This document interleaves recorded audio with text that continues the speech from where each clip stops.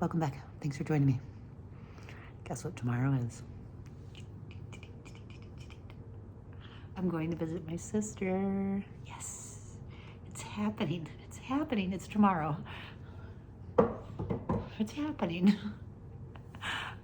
Oh, I've been so sad since, the fall, right?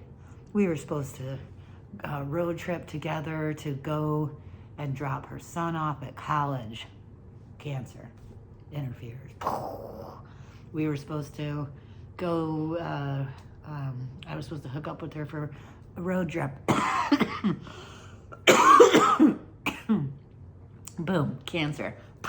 Takes it again, right? Then, all the way through the holidays. And we put this on the calendar. Apologize. Woo. Okay, just give me 1 second.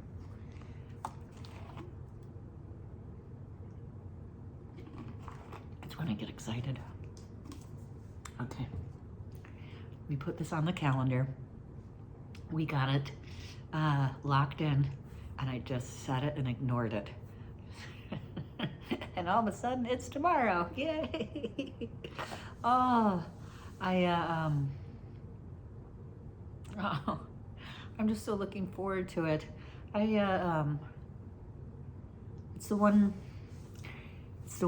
absolute and the only time in my life that I was super bummed that my sister and I don't live close to each other. We talk on the phone all the time. We, almost on a daily basis. It's not that. It's just when I got diagnosed and then when COVID hit, especially. But my sister and I, we're not going to let COVID, whatever, man. We pack up the car, we road trip across this country. That wasn't going to stop us. But there was that fear there, obviously, that I wasn't going to see her again, right? And every time a period of time goes a little bit longer than I would like, and I'm so fortunate that I have these options still to be able to do this. So yeah, I'm so excited. She's my baby sister, and you wouldn't have thought it most of our lives, though. That girl is fierce. She's had it together since day one. She is just absolutely, she's a shitting rainbows type of lady for sure. And both my sister and I somehow, we came out of our childhood's saviors. She definitely got into saving animals, rescuing animals, and her career. She also worked with young people, doing a lot of guidance, the same as myself. So, we ended up very similar, like-minded, which was kind of strange because we didn't live together in our youth. Anyways, I'm so excited that it's actually happening, that I made it here. It's a gamble to place travel right after you get done with chemo. It is a chemo week this week, which, not just physically, but, well, we've talked about this. It's getting harder because I don't know if I'm just shooting blanks with the chemo. I don't know if they're just if we're just throwing the kitchen sink at it right now, and I don't know if it's doing anything. And so I kind of get into a loop of, well, why not just enjoy what we can right now, because we know that's the path we're going down. But I really, really, really want to enjoy that path into spring and summer. So it's the loop. I will say I had to have the brain mapping done this week also. And between the two of them this week, I am just so grateful. So grateful. That I have complicated my treatment because I'm down to like, we're just attaching Band-Aids at this point. So I've got 2 different medical facilities that I'm working with, 2 different doctor teams that have volunteered to like work together. It's super complicated. I'm so grateful they're willing to do it. And as you remember, last spring, when I had to create this very complicated patchwork in order to be able to keep going, I was really sad because I was going to lose the team that I had been interacting with that had cared for me for so long, for so many years. And that was really hard because, you know, when you walk into a place and your body memory knows where to go. You don't have to think. You don't have to, and no matter what emotional state you're in, because I've been going to this facility for so long and knew everyone from the people that, like, you know, the valet guy to the security guy to the guys that push the wheelchair to my team members, you know, like you have support there if you want it or not. And I didn't have that built in my new facility, and now I do, and I really felt that this week.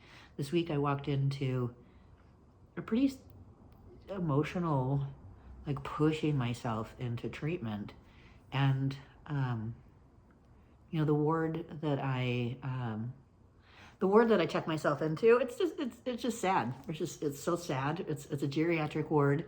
It's all just old people, sick, in bed, sleeping, super quiet, and yet lots of emergencies for the body. You know, keeps the nurses busy. It's really, and so, you know, I like to walk. I like to dance. I like to color, do all my stuff, and they support that and allow that, and they encourage it, and they enjoy it too. We had a really great conversation this week. They're like, you know, it's a dead floor for them too, so they appreciate it, and it really feels like I'm getting the familiarity and the same love across the board in both facilities, because, you know, I have this chemo experience, which is hard and scary, and this week has left me with a lot of inflammation, and as you can see, lifting my leg, I'm in a lot of pain, and I can't quite walk at this time, which is going to complicate tomorrow.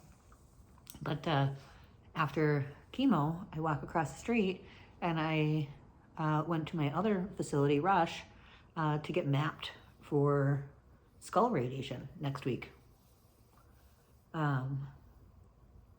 Yeah, that's how I roll, right? I'm going to come out of treatment, get on a plane, go visit my sister for a couple of days, come back, get off a plane, next morning walk in, get my brain zapped. 2 more days later, go in, go to chemo, start over. Hence why I'm so grateful for the interactions that I have with my care team, because I went in for the mapping today, and it's a lot when you lay down on this bed and they come up and they put a plastic mold over your head, and then they put a plastic mold over your face, and you cannot move a centimeter, as you can imagine. I mean, you can't move anything. And so it's wicked tight, and you have to emotionally, a lot of people get, take medication for it. I feel very grateful to be able to be in tune to not only my breathing, but the team, because my facility does one thing that's really awesome. And they're starting to lose it in their infusion, which is a shame. It used to be in every department, you got assigned to the same technician. So if you went in for infusion, you had the same infusion nurse. So you had this wonderful relationship with this nurse. They don't do that today, but they still do it in the radiation department. They still do it in the CT scan. Like my CT scan, I've pretty much like seen the same tech for I don't even know how many years. It's been amazing, right? And that's what occurred this week when I went in. It was my same team that I had worked with on my lungs. So you know, we're talking about the holidays. We're joking. The room is full of laughter in this very scary thing that's happening. So I'm very lucky, and I'm so lucky that love is what is pushing me into the weekend, because I do think that my transportation of this body is going to be a little difficult this weekend, but worth it again, because I'm going to see my baby sister. Yes. I did want to tell you one other thing. What did we want to talk about? Oh, from last time, I asked you if you knew, if anyone had any ideas about my Moroccan tea, right? So if you remember, I had this tea that I picked up in Morocco, and it had these little, what looked like rock sugar. I got some really great suggestions. I personally, if you go back to the last video, it's right at the very beginning, so you don't even have to delve in if you want to see what I'm talking about. It was beet sugar was definitely a suggestion, which I went down. Seemed like, and I'm familiar with beet sugar, and so I thought beet sugar too. Date sugar was one, and I hadn't really thought about date sugar, but there was another one that someone gave me that I actually think it is. It's gum Arabic. So if you want to go down a rabbit hole, you can look up beet sugar, date sugar, gum Arabic. I think it's gum Arabic because of the amber of the color of the rock sugar. Anyways, I just wanted to thank you for playing. Thank you for helping me find rabbit holes of research to go down. That was super fun. It's one of those three. And the tea turned out to be delicious, even though I did pick it up a little bit ago. Yeah, so anyways, thank you so much for checking in on me. Happy Sunday.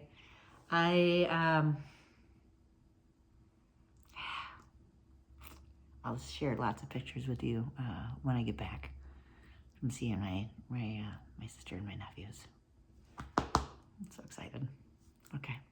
As always, much love. We'll see you next Sunday, okay?